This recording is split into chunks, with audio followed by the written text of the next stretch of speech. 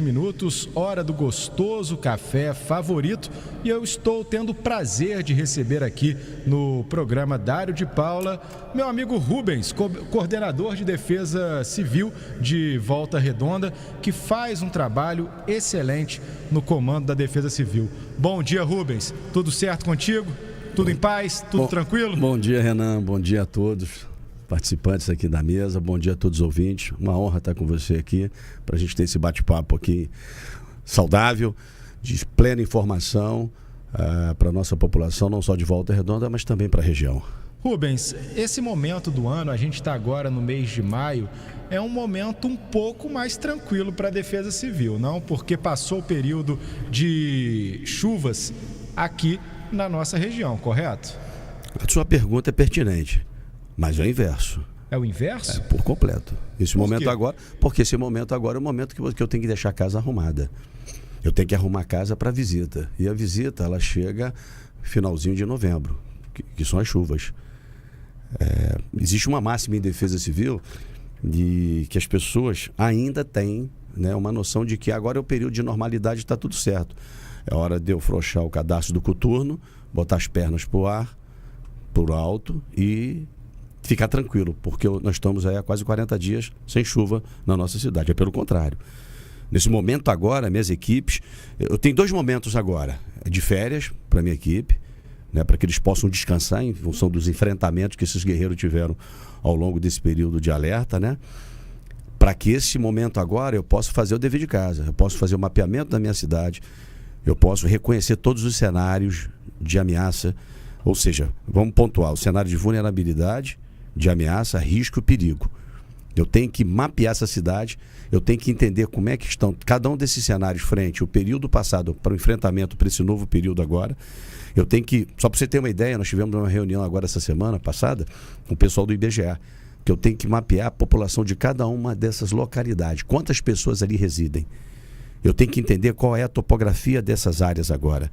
Eu tenho que entender se o dever de casa está sendo feito de maneira coerente com relação à não realização de capinas, à não realização de construções irregulares, à não ocupação da margem de rios e córregos, o lançamento indevido, ou seja, as águas pluviais, ela tem que ter, evidentemente, o seu sistema liberado e o sistema de esgoto, ou seja, eu não posso conectar o esgoto na pluvial, pluvial no esgoto.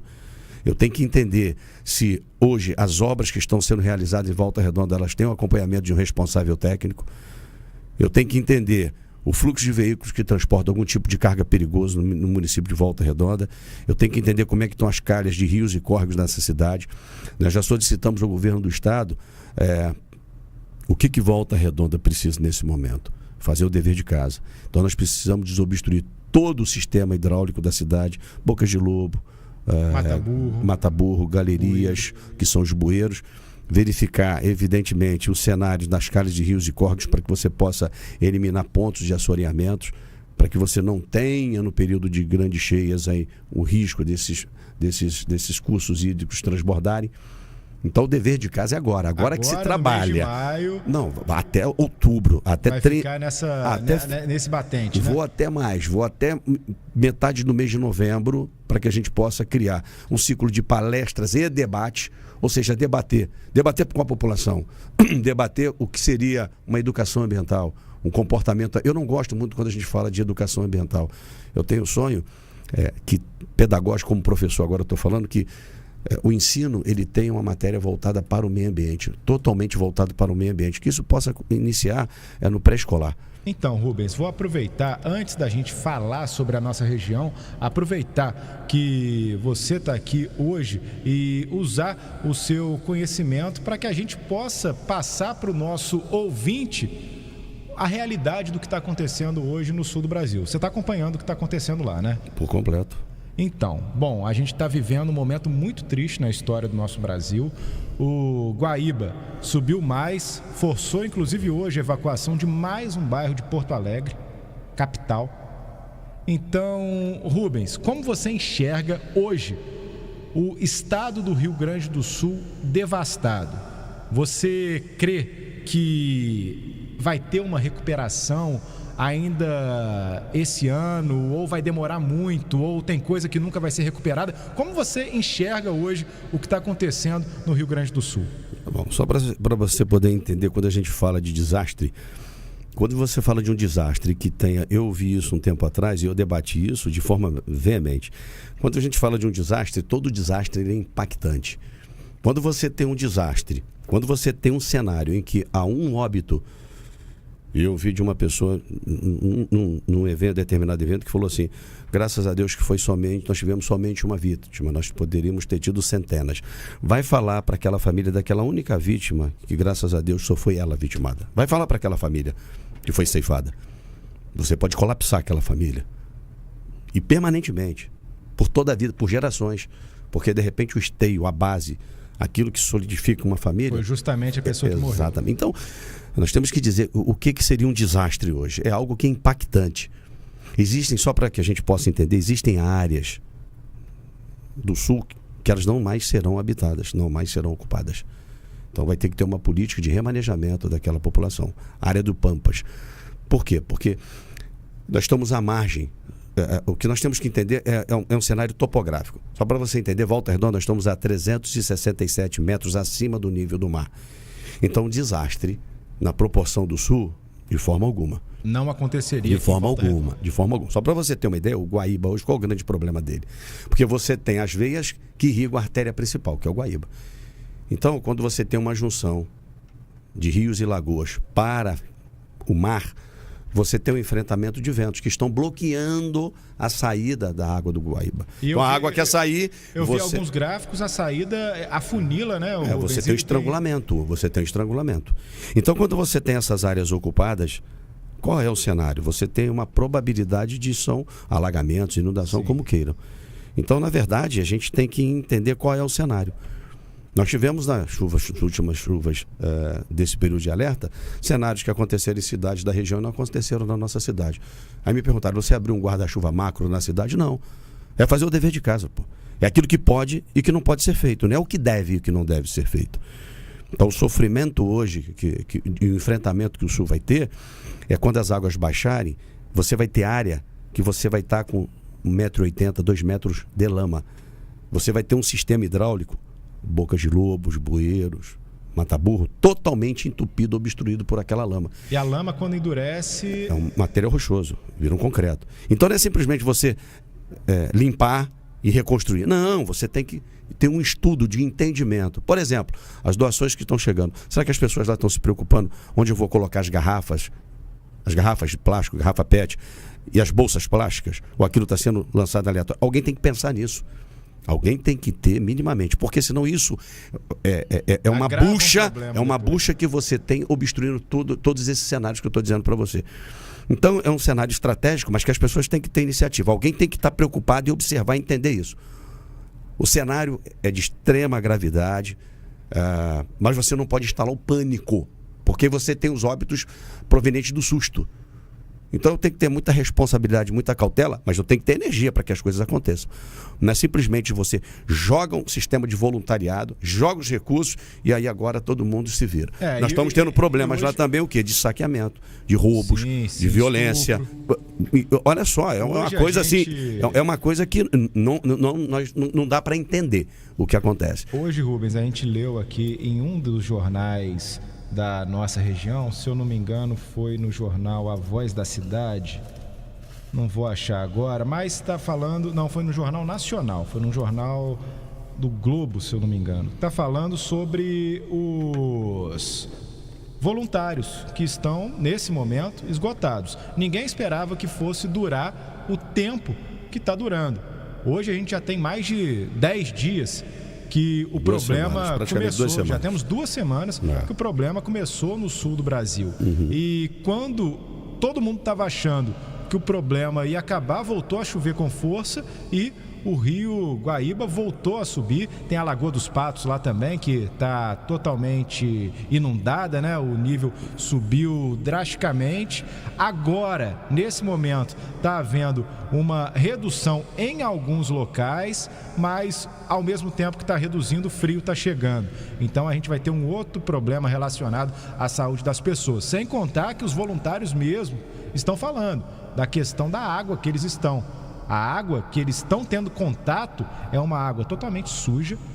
Você está aí sujeito a várias doenças, com animais mortos boiando nessas águas, e aí você tem um problema ao mesmo tempo da questão da falta de moradia e etc, mas também tem a questão da saúde pública, né? As pessoas que não estão vacinadas contra vários tipos de doenças vão ficar doentes, os animais que também estão sofrendo nesse momento, né? Estão montando um hospital de campanha veterinário em alguns locais do Rio Grande do Sul. Então, como esse povo vai se reerguer? Como você imagina, como coordenador de defesa civil e com 30 anos de experiência na área? Bom, o primeiro momento é aquilo que eu disse para ti. Nós temos que ter serenidade e calma, porque é uma prática que eu utilizo no nosso município, quando as pessoas perguntam do dia 1º de novembro a 31 de março, qual é a previsão para Volta Redonda chuva? Quais os dias, todos os dias? Essa ação não é ação preventiva, é ação de antecipar. Eu tenho que pensar naquilo que remotamente possa vir a dar errado.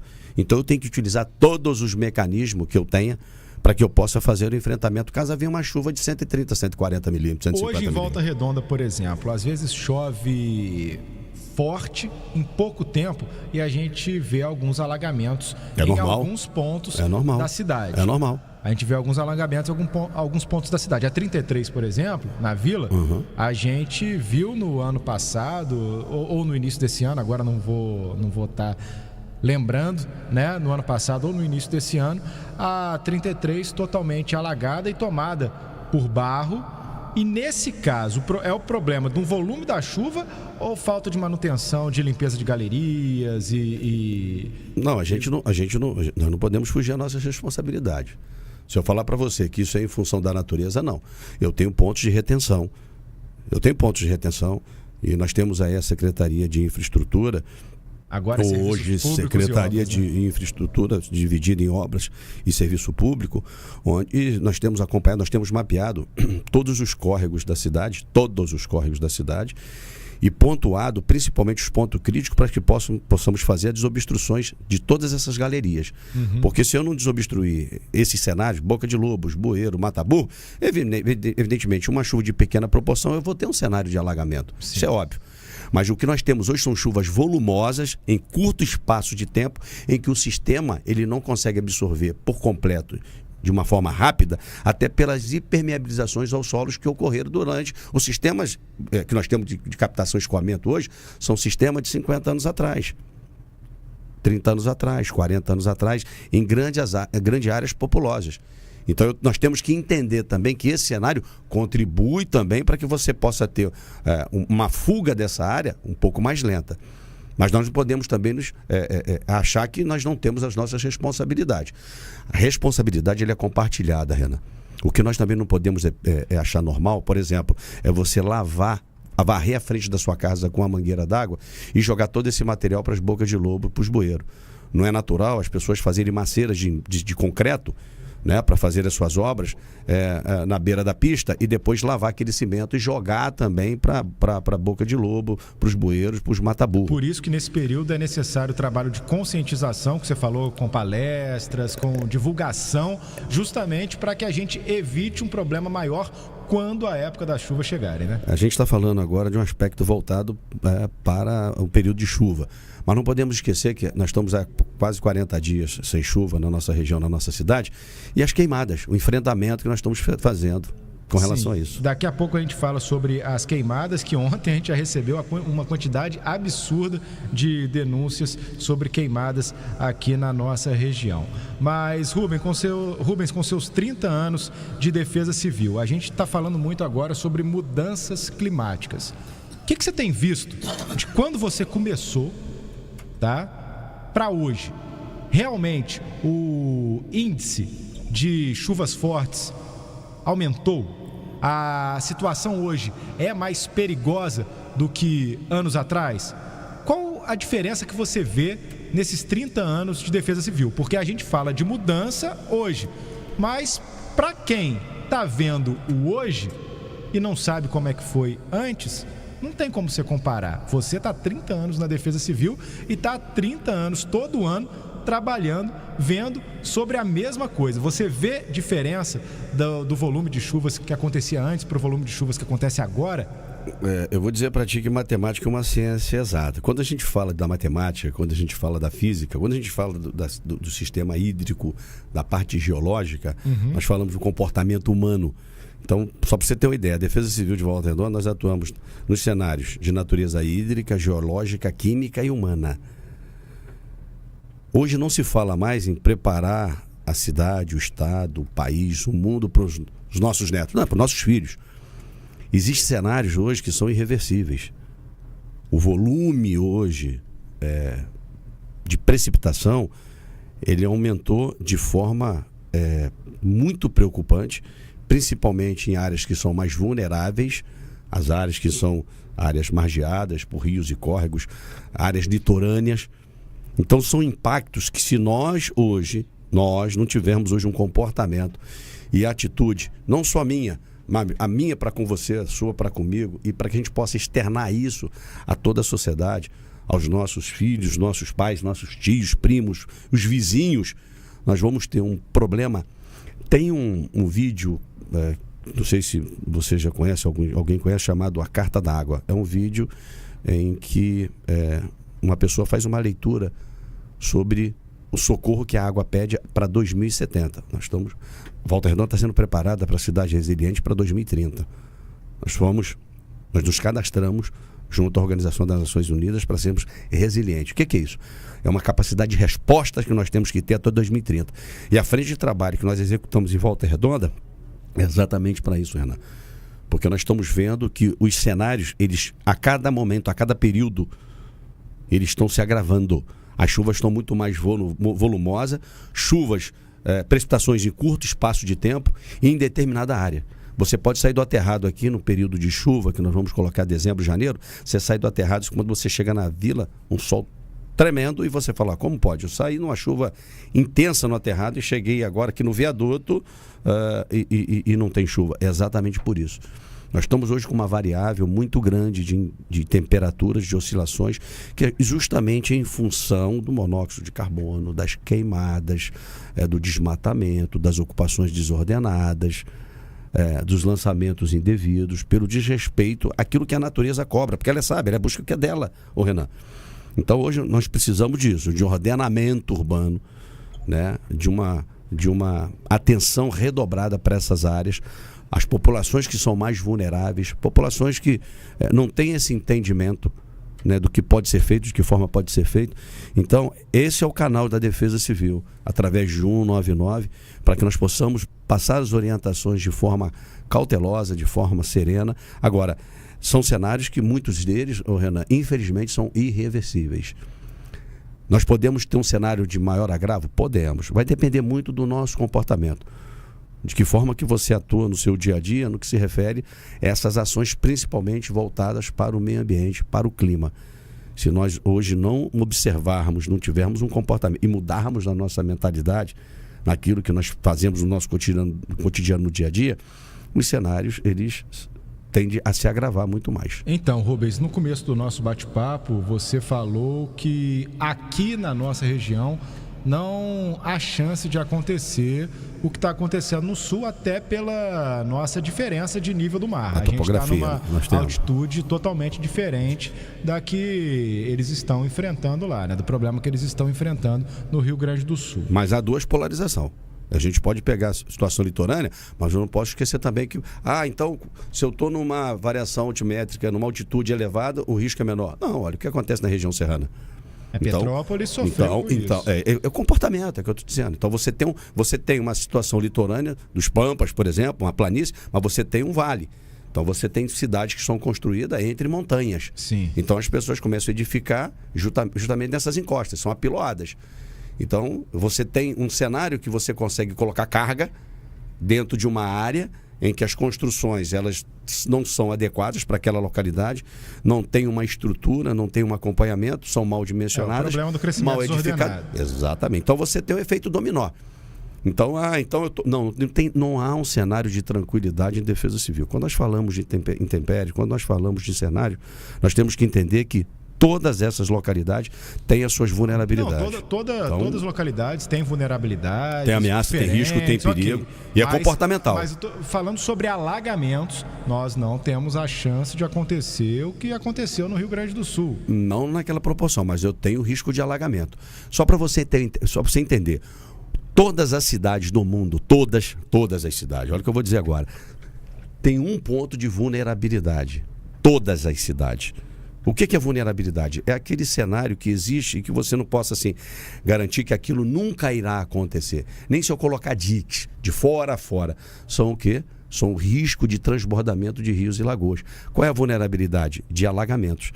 Porque você tem uma chuva intensa, que são fatores que vão influenciar na elevação da cota do nível daquele curso hídrico, quer seja de rios, quer seja de lagoas. Encheu aquele copo, ele vai transbordar. Se ele transbordou numa área que não é habitada, qual o cenário de risco, perigo que eu tenho ali? Nenhum. A vegetação. Por isso que hoje existe um estudo muito para que você possa ter as impermeabilizações, modelos de esponjas, né? Para que aquilo você possa reter maior volume dessa água. Não só seja na planície, mas também no fundo de rios e córregos.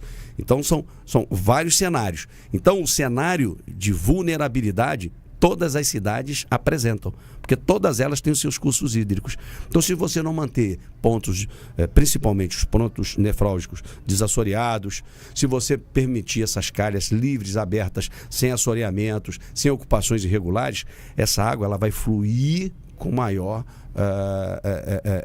vamos dizer, tranquilidade.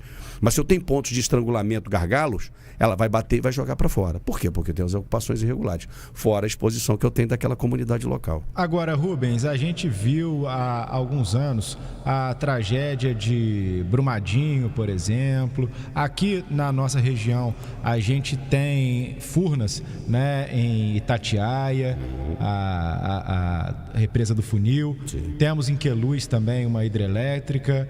Existe algum trabalho feito na cidade de Volta Redonda hoje, caso haja o rompimento em alguma dessas usinas? Bom, não pode romper. De forma alguma. Não pode romper. Se você me perguntar, o estado de Minas são mais de 300 barragens. Não pode romper. Para isso existem todos os protocolos. Para isso não pode mais romper, né? Esse é o problema. Mas por que rompeu? Qual é a questão nossa aqui? É o contato pleno. Eu tenho no meu celular aqui o contato do diretor de operações de Furnas. Todas as informações que a Defesa Civil recebe de Furnas vêm pelo meu telefone, mas não é via WhatsApp, não. Eu quero ver a voz do Renan. Quem é o diretor da rádio? É o Renan Cury. Então eu vou falar com o Renan. O Renan vai te mandar uma mensagem. Não quero a mensagem. A mensagem tem delay. Ela vai chegar para mim aqui com 2, 3 minutos. Não, eu preciso... Então não me dá seu telefone. Eu quero falar com o Renan. Eu quero buscar as informações necessárias para o Renan, para que eu garanta o sono da minha população. Nós temos o Rafael, Paiva secretário, teve uma vez estava falando comigo, ele mora na Barreira Cravo. Falei, secretário, o senhor pode dormir que eu vou garantir teu sono. Enquanto ele dormia, estava eu e o Ricardo na beira do rio, na calha na Barreira Cravo, olhando. E a gente colocava estacas como referência para que eu possa entender. A situação é visual. Nosso TI, o Tarcísio Filho, também é morador ali do Sanremo, Barreira Cravo. Isso aí. E existe uma preocupação muito grande dos moradores, num caso, por exemplo, de rompimento de Furnas. Alagaria o Barreira Cravo totalmente. O aterrado há alguns anos, a chuva, o alagamento, transbordamento do 99 para 2000. Já chegou na porta da prefeitura. Sim. Só para você ter ideia, quais são os fatores que nós analisamos em Volta Redonda? Vamos lá? Tu pega Queluz, Furnas, Itatiaia. Queluz e Itatiaia, 2. Aí eu pego o Rio Bananal, o estado de São Paulo. Mais o estado de São Paulo, mais o Rio Barra Mansa, mais o Sesmaria. Mais os 22 afluentes que irrigam a artéria principal do Paraíba. E mais a chuva que cai na cidade.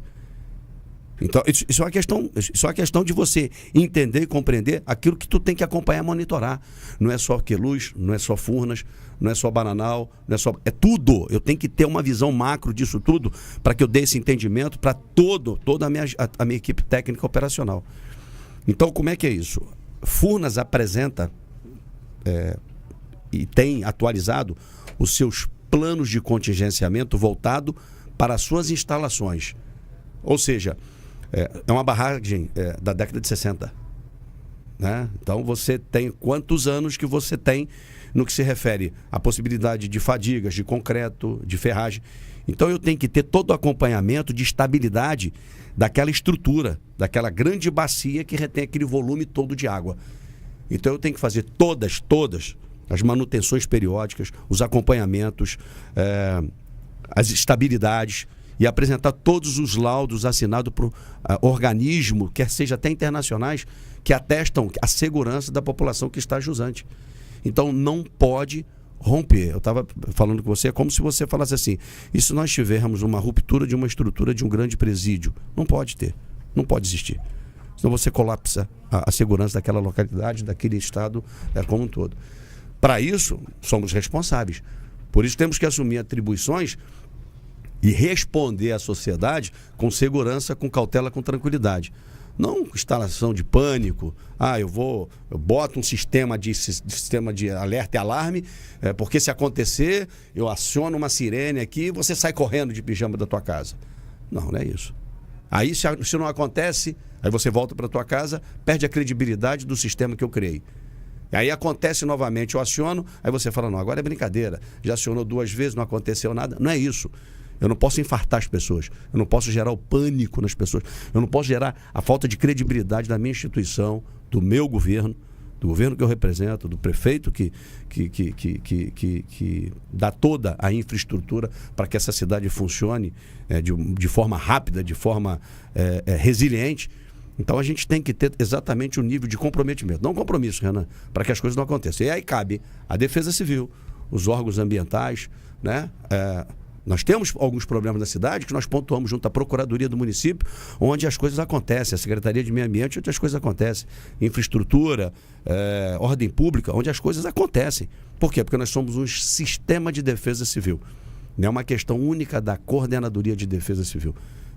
É um sistema de defesa civil que tem que estar forte, tem que estar vibrante, tem que estar solidário, que tem que se falar, em que cada um saiba o que está fazendo e onde eu posso ajudar dentro desse termo de cooperação, para que a gente possa resolver as questões da cidade, questões da sociedade e garantir a segurança principalmente dos mais vulneráveis, Renan. Essa que é o X da questão. Então a Defesa Civil tem que estar na rua, não é aquartelada. Tem que estar na rua, tem que estar ouvindo a população, tem que estar orientando, tem que estar conscientizando, tem que abrir um ciclo de palestras e debates, tem que ir nas escolas, tem que ir na casa de todos para entender e compreender. As vistorias têm que estar sendo realizadas. Não tem uma vistoria na Defesa Civil pendente. Isso é uma exigência minha, é uma determinação minha. Entrou, tem que sair. Quer seja de dia, de tarde, de noite, de madrugada, para que você possa eliminar um problema que possa ter um agravo durante questões de horas, minutos. Então esse é o cenário. É o comprometimento da Defesa Civil frente àquilo que nós temos de mais comum, de mais importante, que é a vida. 8h04, hora do café favorito. Rubens, agora eu queria que você falasse para o nosso ouvinte sobre o período que estamos passando, né? A fase de chuvas passou e agora entra a fase das queimadas. Inclusive, no nosso plantão de polícia, tem hoje a informação sobre um incêndio criminoso que acabou atingindo o cemitério municipal de Barra Mansa, ocorrido no dia passado. Bom, ontem também recebi aqui em Volta Redonda, no Jardim Tiradentes, fogo no Matagal. Alguns locais da cidade, Belmonte e tal, também sofrendo com fogo em mato. O que acontece, hein? O que esse pessoal fica botando fogo no mato, hein? O que você pode falar aqui hoje sobre isso? Bom, eu vou dizer que é crime. Eu estou afirmando que todo e qualquer tipo de queimada é crime. É crime em que, constatado esse fato, a pessoa é conduzida à autoridade policial, onde ele vai prestar esclarecimento porquê dos seus atos e vai responder criminalmente por isso. É um crime. E aí as punições, elas são em conformidade com o que a lei determina, né? Por desconhecimento? Não. Hoje não cabe desconhecimento. Hoje nós temos a internet, nós temos o WhatsApp, nós temos uma mídia forte, com campanhas educativas, com campanhas de educação. Então não é possível. É inadmissível esse enfrentamento. E ontem nós tivemos algumas solicitações da Defesa Civil de pequenos focos. E eu moro na Vila Muri e a minha esposa me mostrou a quantidade de fuligem que estava na área da minha casa. Então o que eu quero dizer é o seguinte, para que essas pessoas elas tenham consciência porque ela pode ter na sua própria casa alguma pessoa que tem asma brônquica, tenha bronquite asmática, ela pode ter sinusite, ela pode ter uma otite, ela pode ter qualquer derme, ela pode ter qualquer fundo alérgico.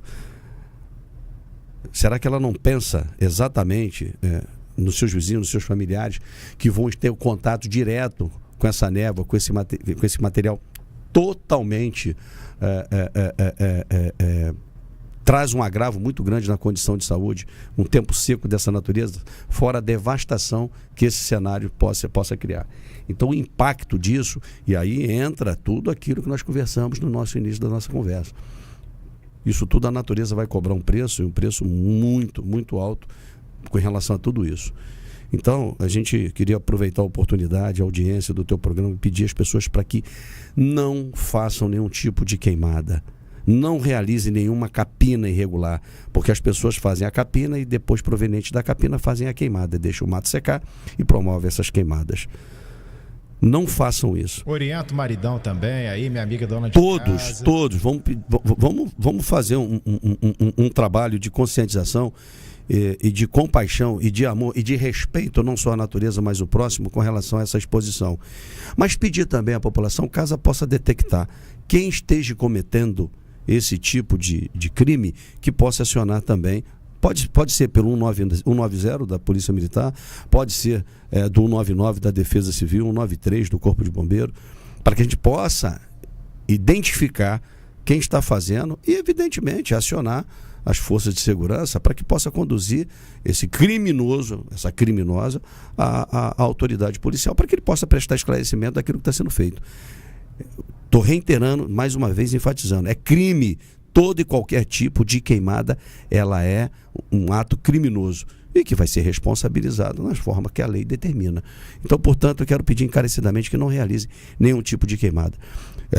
O problema hoje nos hospitais de doença de broncoespasmo, bronquite, então é uma coisa absurda. O sofrimento de uma pessoa, Renan, que tenha bronquite, que tenha crise asmática. Eu tive isso até os 27 anos. Tenho hoje um agente meu que está até afastado em função disso. É uma tristeza absurda você ver uma pessoa com falta de ar buscar o oxigênio e não ter como respirar. Agora imagina você num cenário seco, né, onde você tem um cenário de umidade praticamente zero, e as pessoas realizando esse tipo de comportamento. É inadmissível, é inaceitável. Rubens, obrigado pela sua presença aqui no programa, obrigado pelos esclarecimentos, parabéns pelo trabalho. Agora vai adotar a barba? Não. Isso é porque eu estava com um processozinho alérgico, aí o dermatologista falou, olha, o Papai Noel... Papai Noel... De Hollywood não, aqui. não, galão de Hollywood, não. Até porque a esposa já falou, não tá bonito isso não. Eu quero te agradecer pelo teu carinho, pela tua gentileza sempre com a gente, e dizer que nós estamos à disposição para todo e qualquer esclarecimento, e afirmar e reafirmar que a nossa Defesa Civil ela é forte, vibrante e, sobretudo, solidária. Pode ter certeza disso. Valeu, amigo. Bom dia. Um abraço a todos. Liga o rádio aí, vem participar. Esse programa é bom demais. Não tem concorrência, é líder de audiência. Essa galera sabe o que faz. É só ficar ligado, ficar bem informado. Dário é quem dá o tom. Alô, alô, galera, esse cara é fera. Dário de Paula é tudo.